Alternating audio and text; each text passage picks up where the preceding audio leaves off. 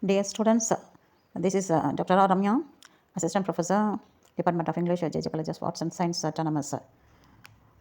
In this session today, we will see a poem which is written by Robert Frost. Frost was an American poet known for his realistic depictions of rural life and his command of American colloquial speech. Frost frequently wrote about settings from rural life in New England in the early 20th century, using them to examine complex social and philosophical themes. Mending is his famous poem with the first person narrator who describes a stone wall sitting between his ancestral home and his neighbor's property.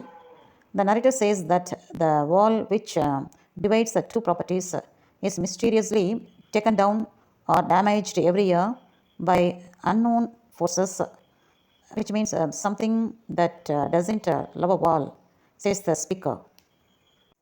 Mending Wall is a metaphorical poem written in blank verse, published in 1914, and it is set in the countryside, and it is about the man questioning why he and his neighbor must rebuild the stone wall dividing their farms each spring.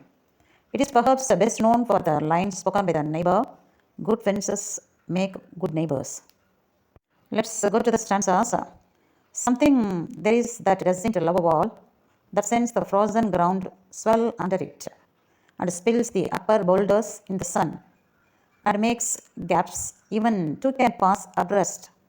The work of hunters is another thing. I have come after them and made repair, where they have left not one stone on a stone, but they would have the rabbit out of hiding to please the helping dogs. The gaps, I mean, no one has seen them made or heard them made. But at spring, mending time, we find them there. I let my neighbor know beyond the hill, and on a day we meet to walk the line and set the wall between us once again. We keep the wall between us as we go to each the boulders that have fallen to each. And some are loaves and some so nearly balls, we have to use a spell to make them balance. Stay where are you are until our backs are turned. We wear our fingers rough with handling them. Oh, just another kind of outdoor game. One on a side, it comes to little more. There where it is we do not need the wall. He is all pine and I am apple orchard. My apple trees will never get across and eat the corns under his pines, I tell him. He only says, "Good fences make good neighbors." Spring is the mischief in me, and I wonder if I could put a notion in his head. Why do they make good neighbors? Isn't it where there are cows? But here there are no cows. Before I built a wall, I would ask to know what I was walling in or walling out, and to whom I was like to give offense. Something there is that doesn't love a wall, that wants it down. I could say elves to him, but it is not elves exactly, and I would rather he said it for himself. I see him there, bringing a stone, grasped firmly by the top in each hand like an old stone savage armed.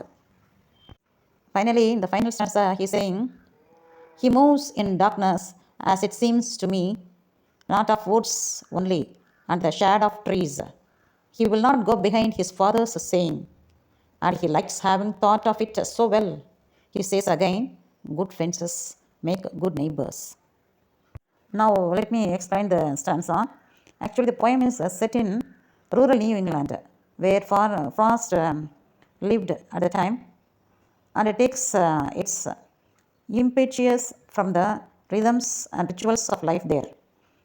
The poem describes how the speaker and a neighbor meet to rebuild a stone wall between their properties, a ritual repeated every spring. This ritual raises a stone wall where some important questions over the course of the poem as the speaker consider the purpose of borders between people and the value of human work. Mending wall opens with a speaker explaining that the property is separated from his neighbors by a stone wall that is constantly being dismantled by something that doesn't love a wall. Just what is something is that disrupts the wall remains somewhat vague, but the speaker illustrates that it cannot be animals or hunters. The task of mending the wall is difficult, and because nothing in their respective properties poses a threat to the others, the speaker tries to convince his neighbor that there is no need to continue to fix the wall.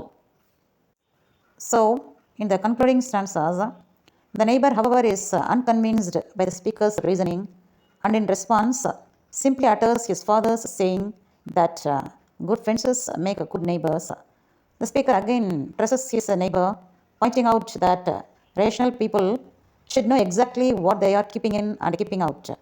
When they build a wall, yet again the neighbor resists the speaker's reasoning. The poem ultimately ends symbolically with the neighbor's repetition of the adage that good fences make good neighbors. Thank you.